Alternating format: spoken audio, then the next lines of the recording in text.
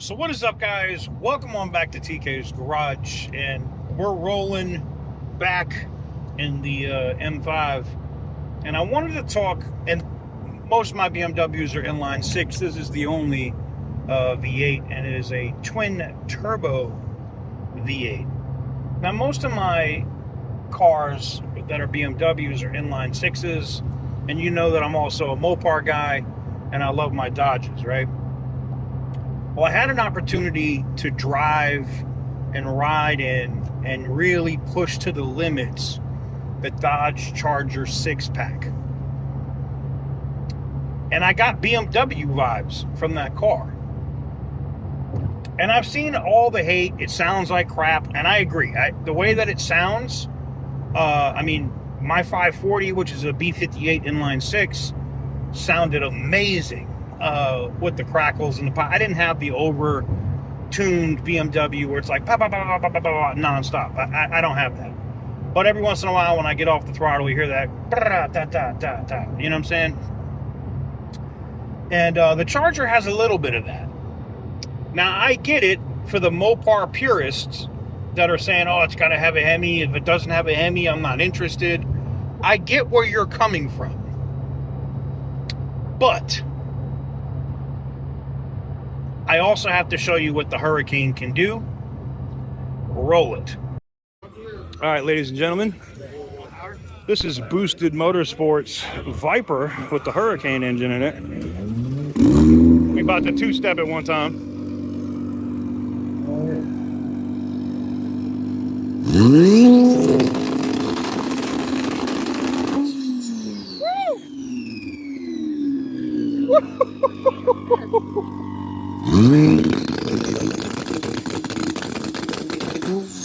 Yeah! Woo! Yes. That's insane! Yo! Okay, that's officially insane!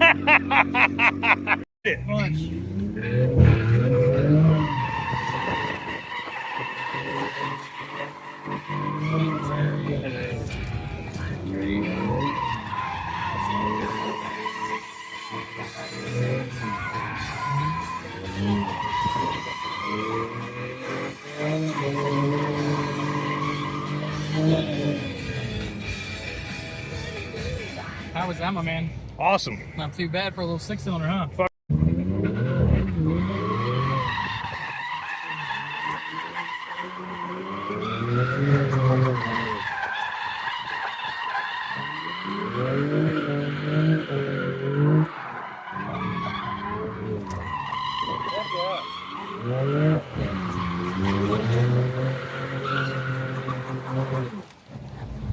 Dope. I'll be right there. Oh, yeah, that's what it was. Go.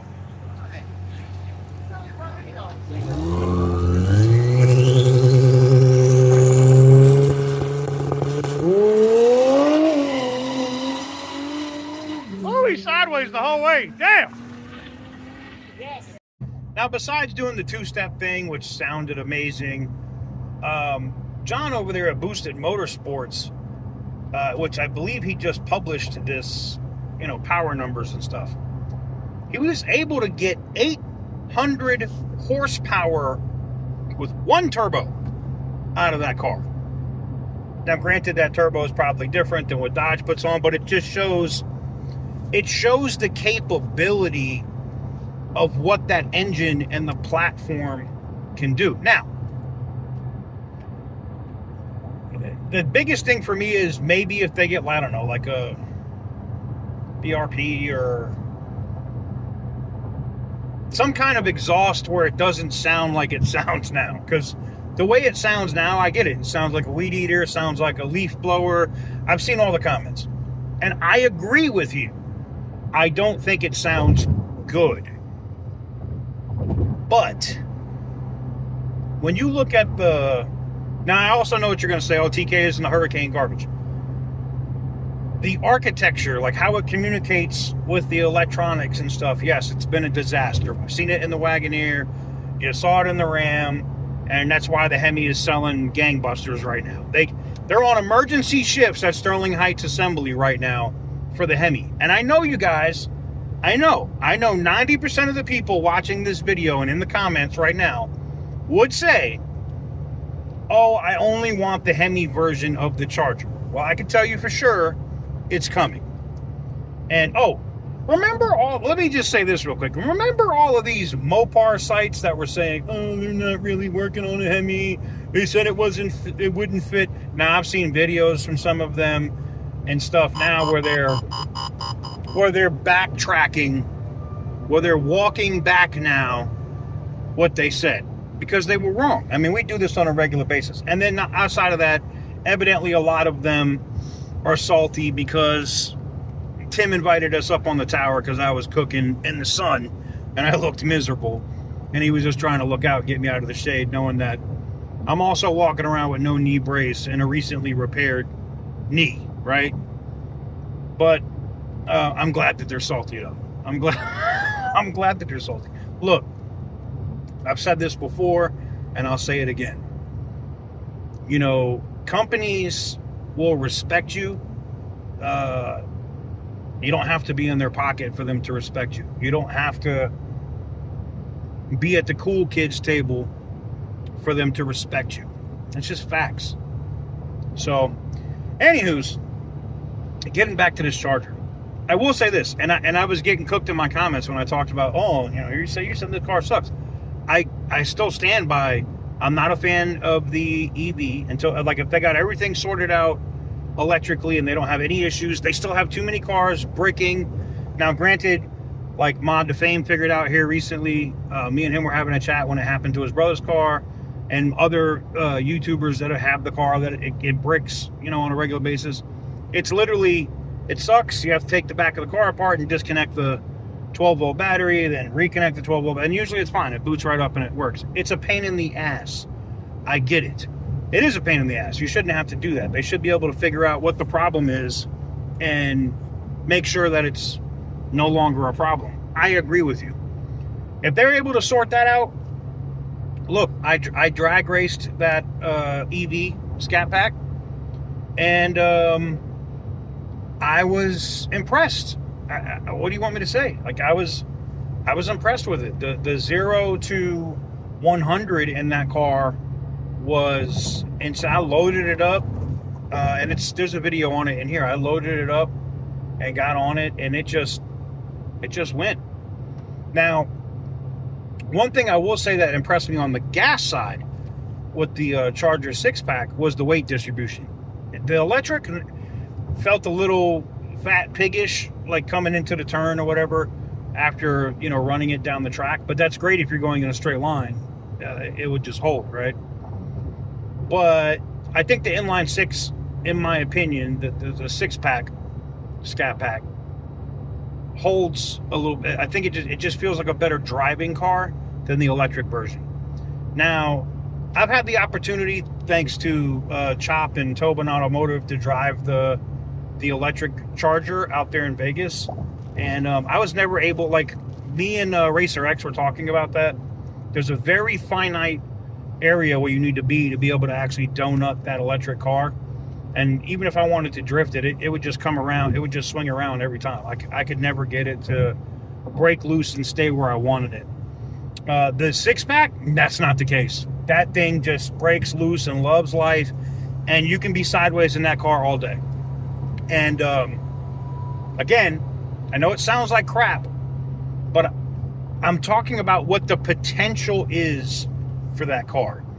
Now, if SRT and Dodge do this right, if Matt and Tim do this right, and they make that car tunable from the factory, like when it comes in, like in BMWs we call it the DME.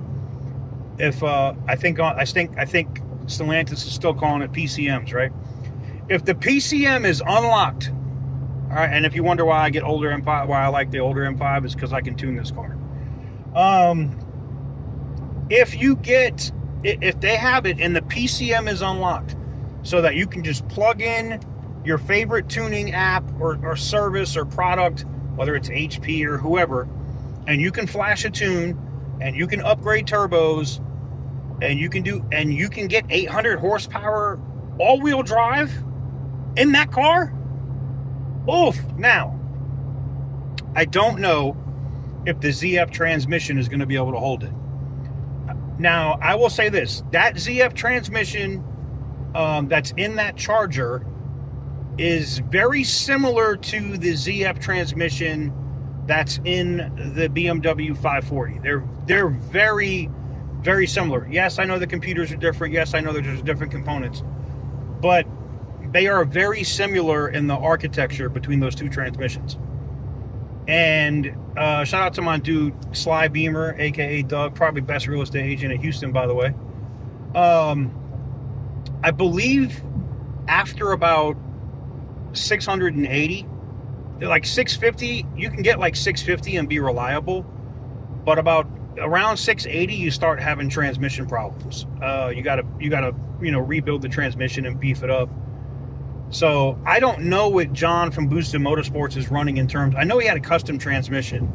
I don't remember the name of the company or whatever that he was using, but I know he had a custom transmission with that engine.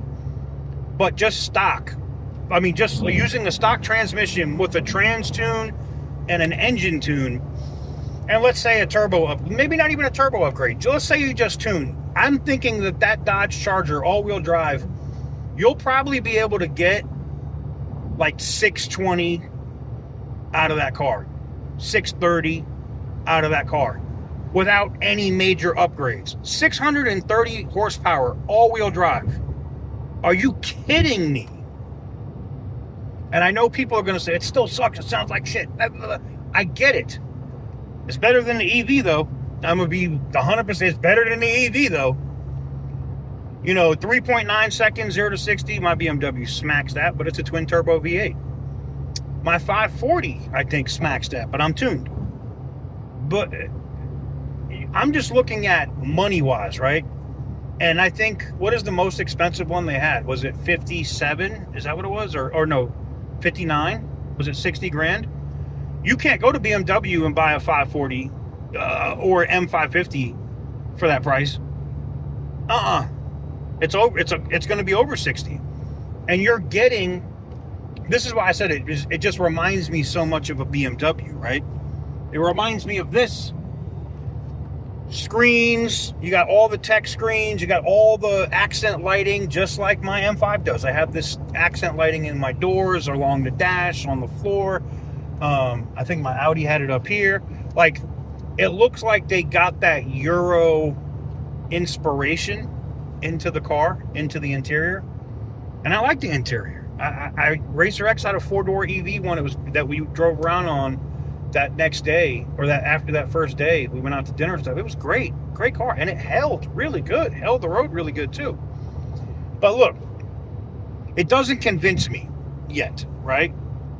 Does that mean I'm going to buy one though? Maybe. I really want the Hemi, and I want it in green machine, obviously, because the Green Monster F8 green, Monster 2, which was the wide body F8 green. They made F8 green on this Charger, I'd be all over it. But green machine, it's cool. I'd rock with that. Get the green machine version. I don't want a 4-door. I'd probably lean towards 2, and I would tune it and would run it. I'd do the same stuff. I'd run it. I'd bring it out when I bring out the other cars, and I'd run it.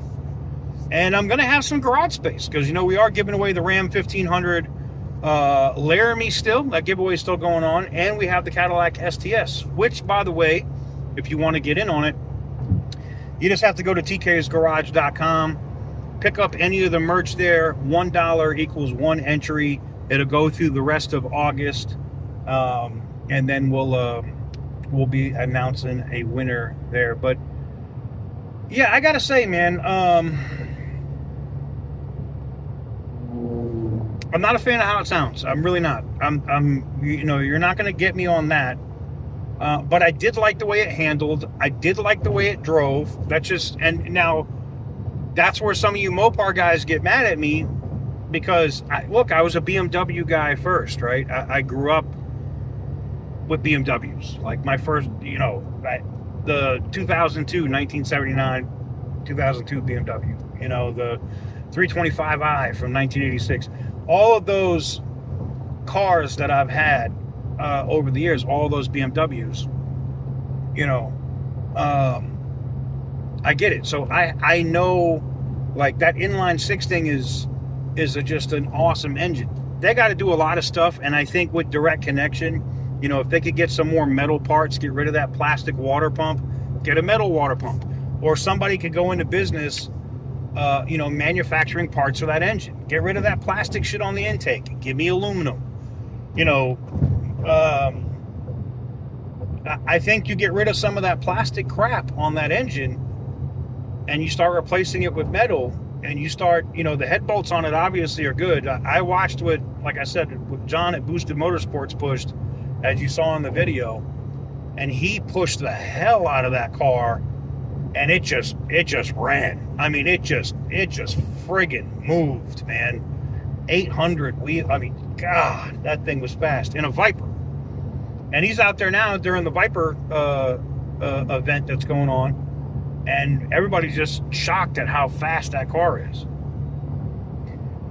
You know, does John's sound bad? Nope. So that's why I'm thinking with the appropriate exhaust, you know, yes, it's not going to sound like a V8. It's not going to have the Hemi rumble. I get it. I understand. I'd much rather have a 5.7 Hemi with that Whipple kit from Direct Connection in that car, and that would be a monster. It would. I'd be all over it. And, you know, I know that at some point they'll probably put a Hellcat engine in it. Probably a 426 for that matter. But I just wanted to talk about it because I've seen the talk online now. Everybody's talking about what John at Boosted Motorsports did with that Viper. And they're like, damn, maybe this engine's really capable. Inline six engines with that kind of boost, that can handle boost, they usually are. They're really capable engines. BMW's been doing it for years. Now, this is a twin turbo V8, not the same thing. But it'll be interesting to see what Dodge does, you know, how fast they roll out the Hemi. I know it's coming. I told you it's coming. Despite what other people have said, they already have test cars with this engine in it. Told you about this already. And that's a real thing. Like an actual real thing. So, and we think, me and Butter and OC Motivator saw another one with the test, bigger exhaust pipes and everything while we were there. And, by the way, Tim Kaniskis did tell us this in the VIP trailer or whatever. He goes, yeah, we actually have something here sitting in plain sight that we haven't seen. Don't get it twisted. We walked around that whole lot, and the only thing I could see was a Charger that didn't have six-pack badging, bigger exhaust pipes, and like the little test things on the side. So maybe that was the Hemi Charger. I think I have a video of it. I'll probably do a dedicated video on it. But what do you guys think about the Charger? Love it, hate it? I'm a little in the middle, because, you know, having, you know, being a Euro guy, being a guy that likes Audi S8s, S4s, and M3s and M5 BMWs, I can understand what those engines are able to push out, and I can respect it. Am I happy? You know, that's not a muscle car. It's kind of like a Euro car that looks like a muscle car. I get it. But for the money that they're trying to sell that car for, and the power that it can put out, oof, I mean, you could literally buy the cheapest version, which I believe is what, $42,000 is what they're selling the cheap one for, and boost it, like tune it, take the $42,000 one, put one big turbo or two other, you know, bigger, upgrade the turbos, flash a tune to that sucker, and you could be making, you know, 630, 650, and, you know, you save 20 grand off of buying the, you know, the high output one. I don't know. There's a lot to discuss and unpack with it, but I want to know what you guys think in the comment section down below. Give the video a big thumbs up if you like what I do. Hit the subscribe button if you haven't already. And like I said, if you want to win that Ram 1500, the giveaway is still up. There is only like 307 orders that have come in on this one. So I greatly appreciate the sponsors that jumped in on this one, because it'll keep me from losing my ass on it. But the Cadillac STS and that Ram 1500, which are on my Instagram, you follow me at TK's Garage, you can see it. Or if you go to the community tab here, there's a community post about the giveaway as well. But it's, like I said, very simple. $1 for one entry. It'll run until the end of September. And then we'll pull the end of August. I apologize. It'll run to the end of August, and then we will pull that winner in September. So anyways, thank you guys very much for watching. I truly appreciate it. And as always, stay petty, my friends.